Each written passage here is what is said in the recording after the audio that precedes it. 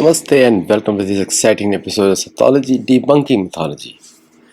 आज गुरु पूर्णिमा का महामहोत्सव है। आप सबको बहुत बहुत शुभकामनाएं।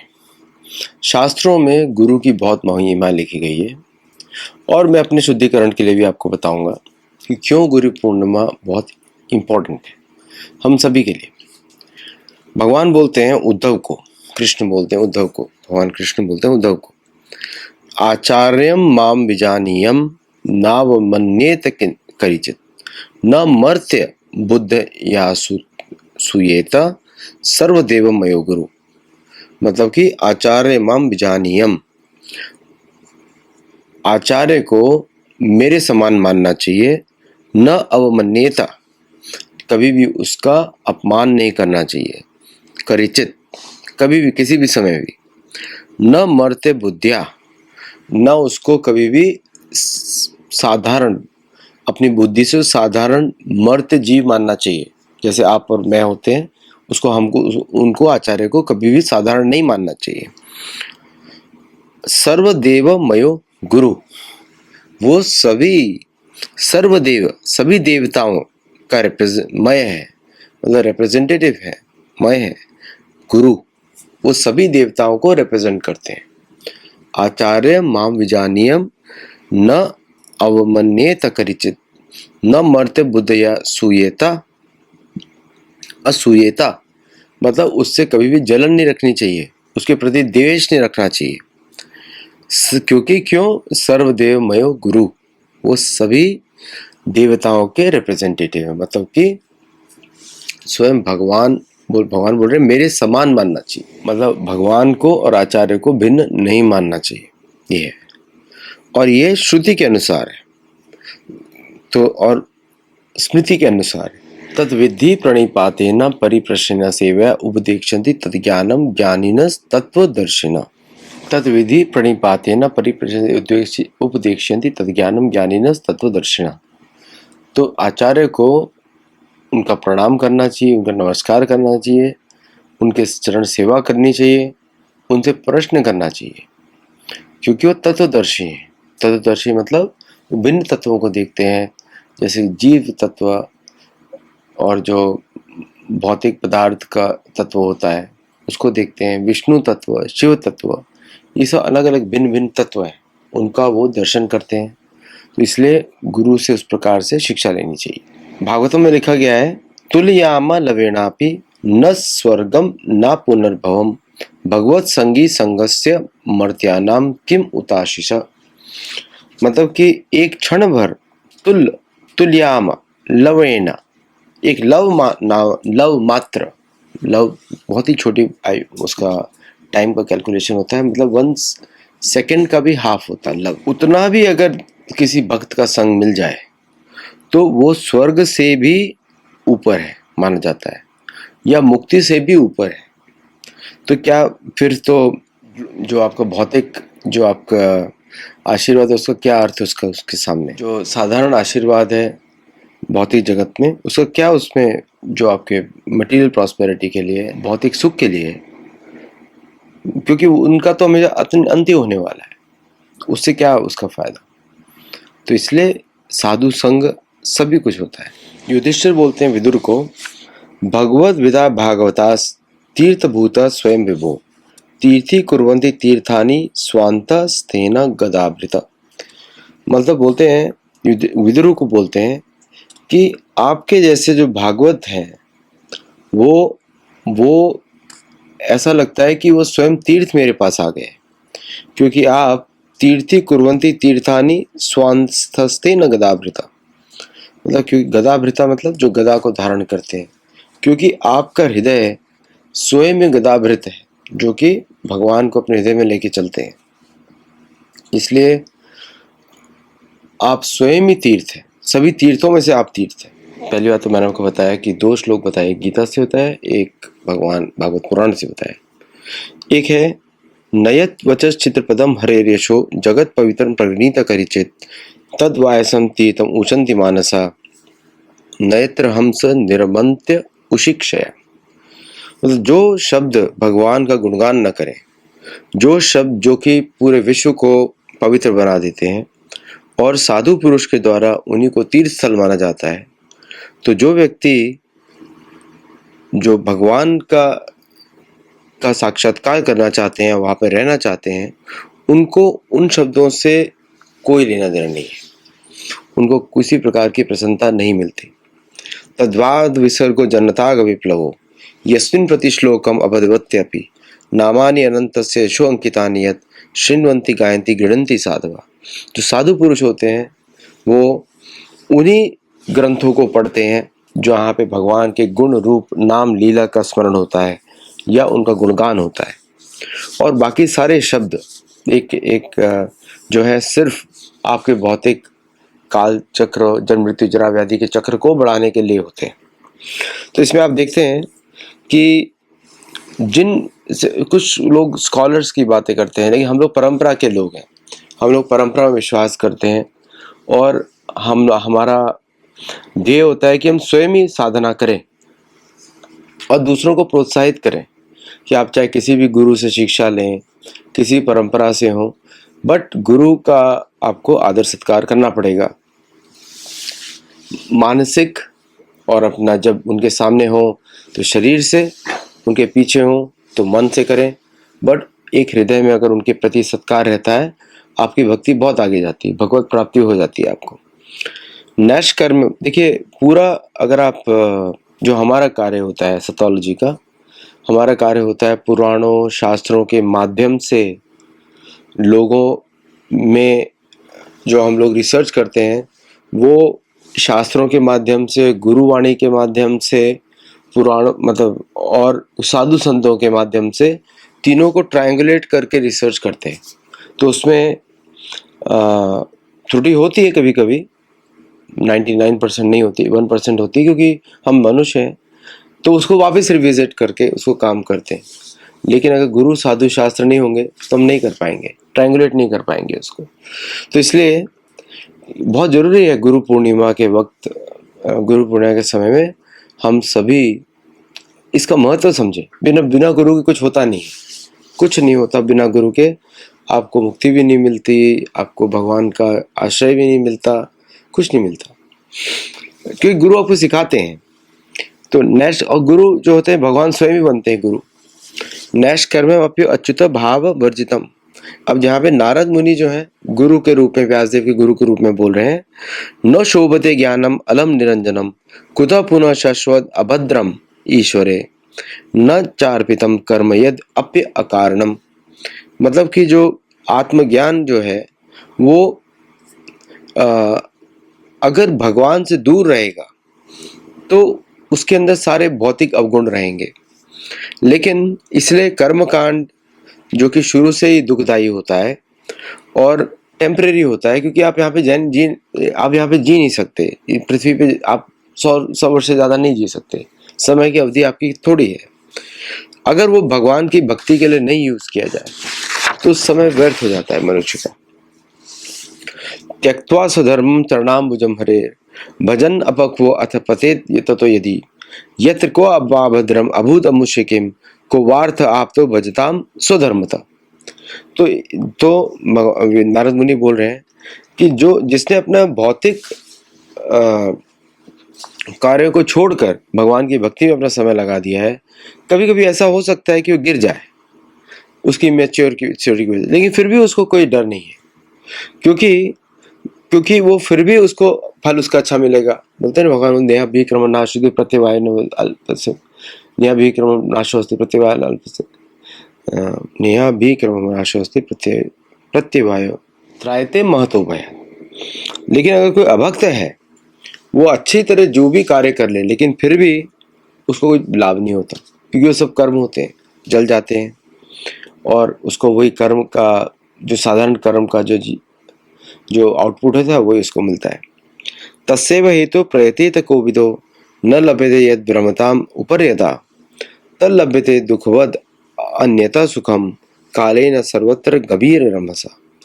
और जो व्यक्ति वास्तविक बुद्धिमान होते हैं वो उनको उसी प्रकार का कार्य करना चाहिए जिससे लॉन्ग लास्टिंग उनको रिजल्ट मिले, जो कि आ ब्रह्म भुवना लोका पुनरावर्ति न अर्जुन, मतलब ब्रह्मलोक से लेके पाताल तक भी किसी को ना मिले। और जो इंद्रियों के जो सुख होता है, इंद्रिय सुख होता है, वो तो कभी भी मिल जाएगा in due course of time. जिस प्रकार हमको दुख मिलता है, इवन दो हमको उसकी इच्छा होती नहीं है। काले न सर्वत्र गंभीर रमसा, तो इदम ही विश्वम भगवान इवेतरो यतो जगत स्थान निरोध संभवा। तो भगवान स्वयं ही ये जगत है, लेकिन यद्यपि वो इससे अलग है, लेकिन ये जगत पूरा उनसे ही आया है, उन्हीं में रहता है और बाद में उन्हीं में चले जाने वाला है। तो इसलिए जो जो जो मार्ग है हमारा गुरु पूर्णिमा के दिन, जो मार्ग हम लोग चूज करते हैं, वो ये है कि भगवान की भक्ति का मार्ग चूज करें। बाकी सब चीजें आपको मिल जाती हैं। भक्ति के मार्ग में ऐसा नहीं होता। भक्ति जो होती है योग की चरम सीमा होती है, ज्ञान योग की चरम सीमा भक्ति होती है, बुद्धि योग की चरम सीमा भक्ति होती है, कर्म योग की चरम सीमा भक्ति होती है। इनफैक्ट एक ही योग होता है, उसको अनेक भागों में। योग का अर्थ ही होता है भगवान से मिलना। तो कर्म के माध्यम से, ज्ञान के माध्यम से, बुद्धि के माध्यम से, सांख्य के माध्यम से, विभूति के माध्यम से, है ना, और विषाद के माध्यम से भी आप भगवान से मिल सकते हैं। तो इसलिए नारद मुनि उनको बोल रहे हैं उनको कि भक्ति योगे न मनसी सम्यक प्रणीते अमले अपश्यत पुरुषम पूर्णम मायाम तद च तद अपाश्रयम। तो इसलिए भक्ति योग में लगने से, भगवान की भक्ति में, भक्ति योग मन से,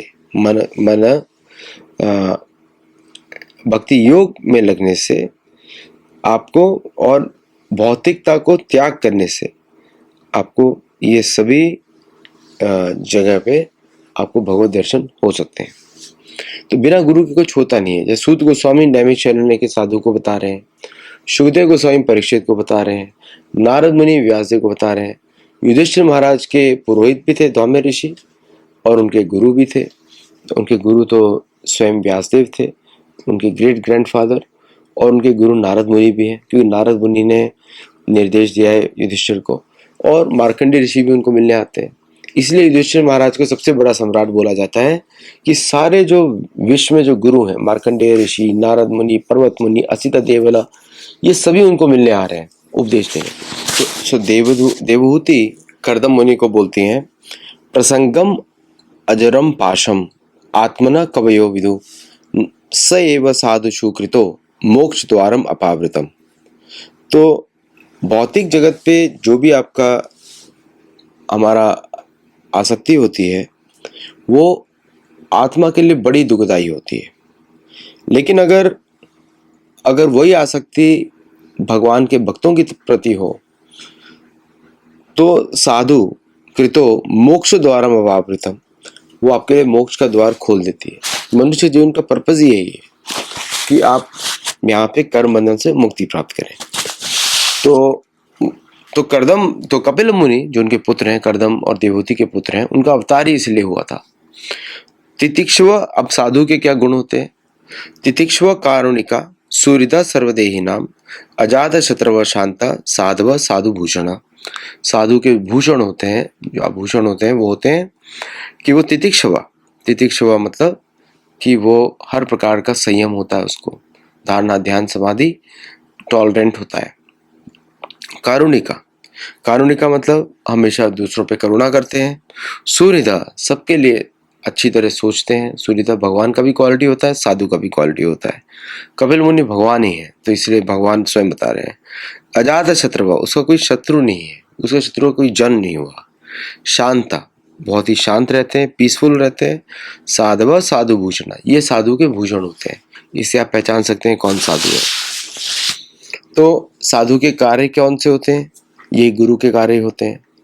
तो मदाश्रया कथा स्मृष्टा शृण्वन्ति कथयन्ति च तपन्ति वेदास्तापा नैतान मदगत चेतसा।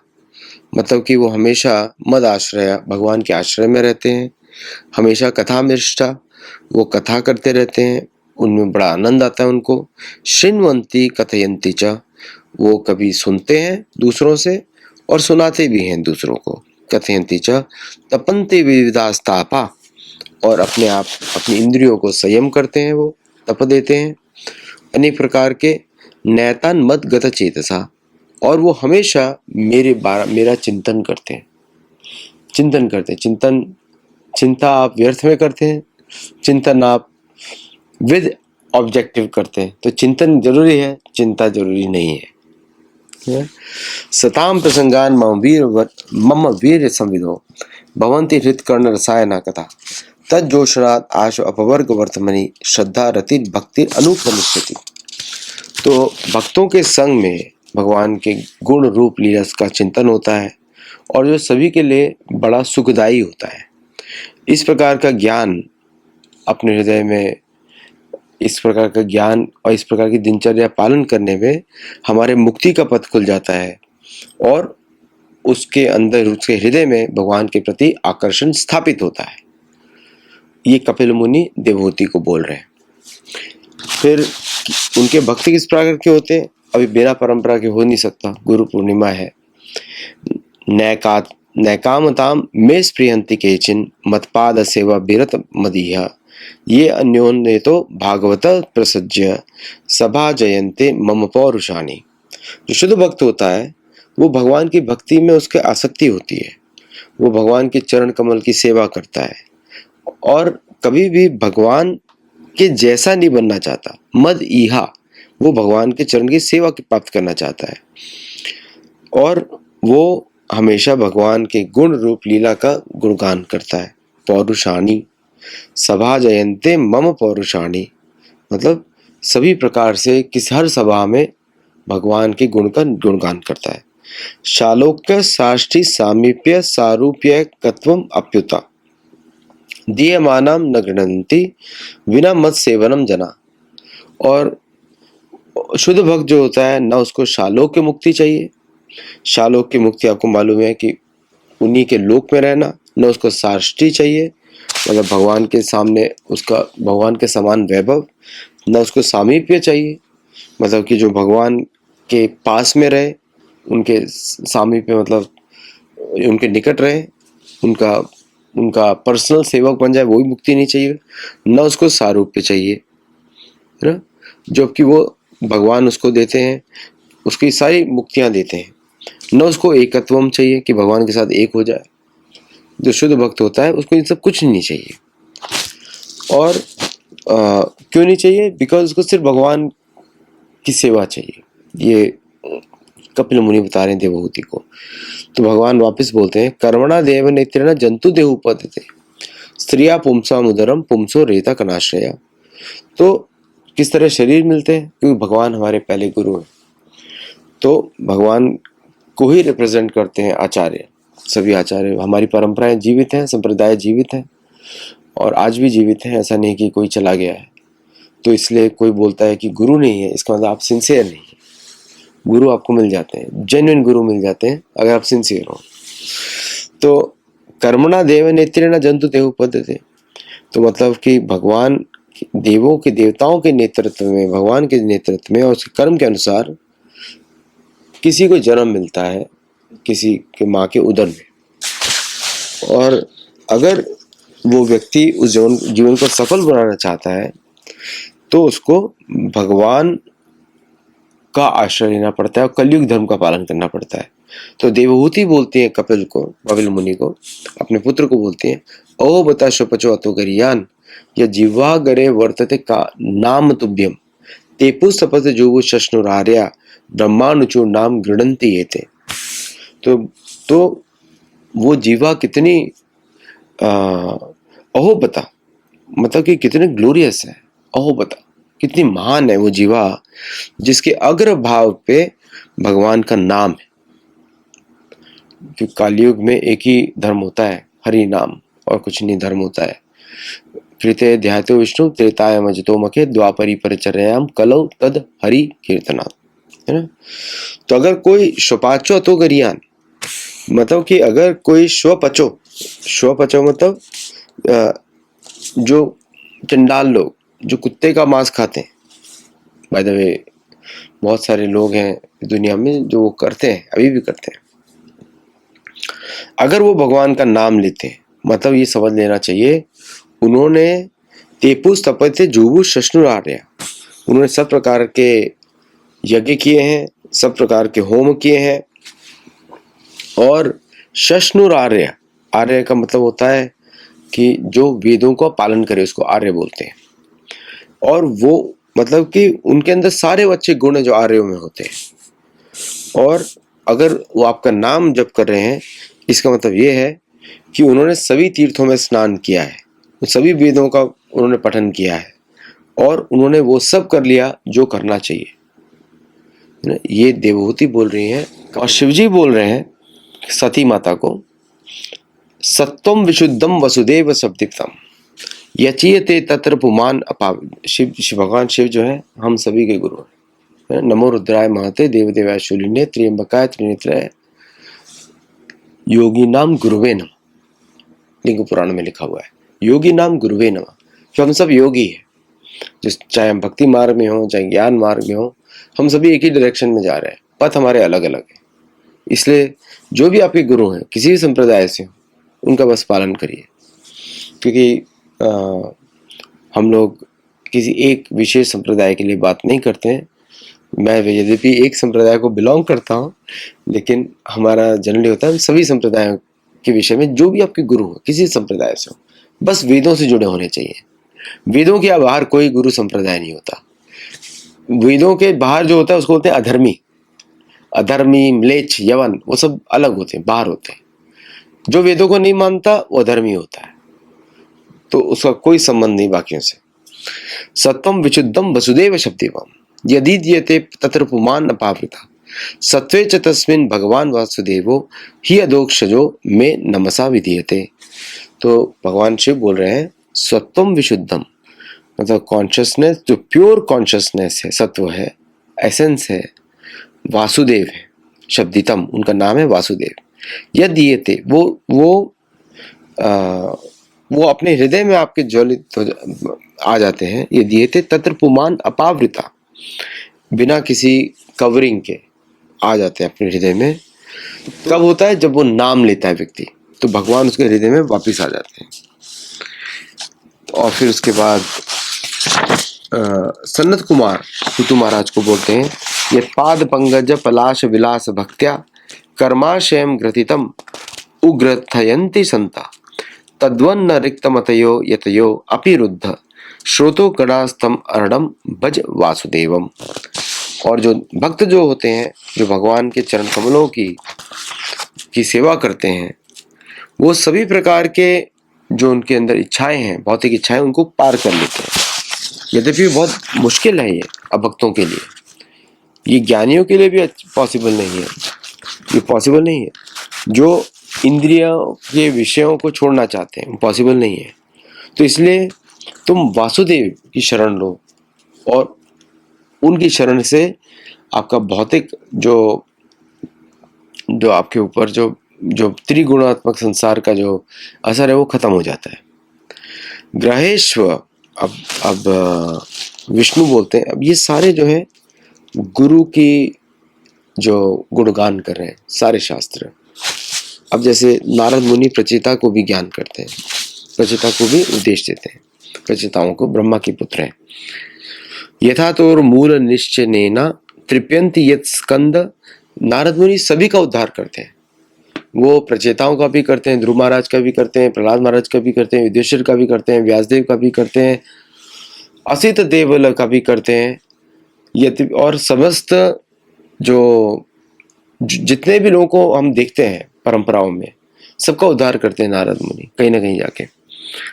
यथा तो मूल निश्चयेन, यहाँ तक कि वाल्मीकि ऋषि को भी, यथा तो मूल निश्चयेन तृप्यन्ति तत्स्कंद भुजोपशाखा प्राणोपहारा च यथेन्द्रियाणाम तथैव सर्वार्हणम अच्युतेज्या। तो जिस प्रकार से अगर पानी हम डालते हैं किसी पेड़ की जड़ में, उसके पूरा पेड़ जो है फल फूल जाता है। इसी प्रकार से जब हम भगवान का पूजा करते हैं, भगवान की अर्चित सेवा करते हैं, तो सभी प्रकार के देवता उससे प्रसन्न हो जाते हैं, क्योंकि वो उन्हीं के पार्ट है। वैसे नारद मुनि भी भगवान का अवतार है, 24 अवतारों में एक नारद मुनि का भी नाम है। अब ऋषभ देव वो स्वयं अपने 100 पुत्रों के गुरु हैं। अब वो क्या बोलते हैं, क्योंकि पिता और माता पहले गुरु होते हैं, तो इसलिए हमारे शास्त्रों में बोला जाता है कि सभी पिता शास्त्रों का अध्ययन करें, स्वयं नाम में रुचि रखें, तो अपने बच्चों को अच्छी तरह गाइड कर सकते हैं। तो ऋषभ उवाच नायम देहो देह देहभाजाम नरलोके कष्टान कामान अरते विद्भुजाम में तपो दिव्यम पुत्र का ये न सत्वम शुद्धेद यस्मात् ब्रह्म सौख्यम त्वनंतम। तो बोल रहे हैं कि सभी जीवों को भौतिक शरीर लेना पड़ता है इस जगत में, और ये जो भौतिक शरीर मिला है ये तपस्या के लिए मिला है। तो जितना आपका पुण्य है उतना ही आपको मिल सकता है, उससे ज़्यादा आपको मिल नहीं सकता। लेकिन तो इसलिए अपने जीवन को धार्मिक कार्यों में लगाना चाहिए, भगवान के चिंतन में लगाना चाहिए, भगवान की प्राप्ति के लिए लगाना चाहिए। देखिए आजकल का इकोनॉमिक मॉडल्स अलग होते हैं। आजकल के इकोनॉमिक मॉडल्स में ह्यूमंस की शरीर को एक रिसोर्स बना के पेश किया जाता है। हमारे शास्त्र नहीं बोलते। अब जैसे फॉर एग्जांपल अगर आप बहुत महंगी कार आपके पास है तो उसके अंदर टॉप क्वालिटी फ्यूल डाला जाता है, आप बेसिक क्वालिटी फ्यूल नहीं डाल सकते। इसी तरह मनुष्य का जो शरीर है ये टॉप मोस्ट है, मतलब 83,99,999 योनियों के बाद आपको 84,84,00,000 योनि जो है मनुष्य की मिली है, इतनी सारी योनियों के बाद। तो ऋषभ देव बोल रहे हैं कि इस शरीर को, मनुष्य के शरीर को आप व्यर्थ ना करें, मतलब दूसरों की तरह बस इसको भोजन बोलते हैं ना कि ईटिंग स्लीपिंग मेटिंग डिफेंडिंग, जानवरों के जैसा मत करें। रक्षा भय मैथुनम च, इसके लिए यूज मत करें। सिर्फ इसको तपस्या करें और गुरु के शरण लेकर, परंपरा के शरण लेकर आप भक्ति करें, ताकि आपका हृदय जो है शुद्ध हो जाए और फिर आप इस शरीर का त्याग करके आत्मा के स्वरूप को प्राप्त करें, ये बोल रहे हैं। और वो सुख कभी खत्म नहीं होता। ये लास्ट में आपको पढ़ के बता रहा हूँ। ऋषभ देव बोलते हैं तो महत सेवम द्वारम आहुर विमुक्ते तमो द्वारम योचितम संगी संगम महांतस्ते समचित्त प्रशांता विमन्यवा सुहृद साधवो। ये मतलब कि बिना साधु की सेवा के, बिना साधुओं की सेवा के आप कभी भी भगवान की सेवा नहीं कर सकते। तो अगर हम महात्माओं की शरण लेंगे, क्योंकि वो कोई भेदभाव नहीं करते हैं किसी के साथ, बड़े शांत होते हैं और वो भक्ति में लगे रहते होते हैं, तो अगर हम उनकी शरण लेंगे तो हमको किसी प्रकार का, हमको बुरे कार्यों में हम नहीं फंसेंगे, हमारा जो पतन नहीं होगा मनुष्य जीवन से किसी और योनि में। तो ये गुरु की महिमा है, गुरु की महिमा है। अब आखिरी भगवान बोलते हैं कलेर दोषे, सुखदेव गोस्वामी बोलते हैं कलेर दोषे निदेहि राजन मस्ती एको महत गुना कीर्तना देव कृष्ण से मुक्त संग परम चेत। तो कलयुग में अनेक दोष हैं, लेकिन एक महान गुण है कि कीर्तन करने मात्र से आपको सभी दोषों से। ये था स्पेशल गुरु पूर्णिमा के लिए, आप लोगों ने मेरे को रिक्वेस्ट भी किया था। अब ऋषभ देव वापस बोल रहे हैं गुरु न सस्यात् स्वजनो न सस्यात् पिता न सस्यात् जननी न सस्यात् दैवम न सस्यात् न पतिश्च न च सस्यात् न मोचेद यह समुपेत मृत्युम।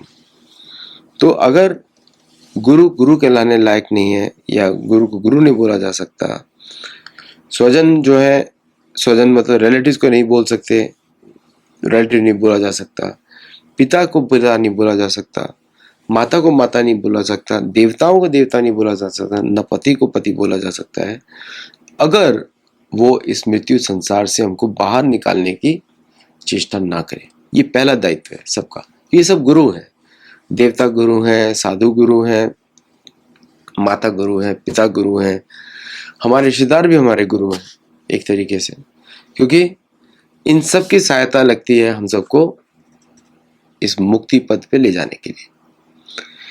तो इसलिए बहुत जरूरी है आज गुरु पूर्णिमा में हम अपने सभी गुरुओं को प्रणाम भी करें, और जो हमारा अल्टीमेट पर्पस है क्या है कि जन्म मृत्यु के संसार से बाहर निकलें, उसकी भी हम प्राप्ति करें। सो गुरु पूर्णिमा आपको बहुत बहुत मेरी शुभकामनाएं और मेरी प्रार्थना है कि जो कलयुग का धर्म है हम उसको आगे बढ़ाएं, और ये हमारे सत्योलॉजी गुरुकुल से भी यही आपके लिए प्रार्थना है।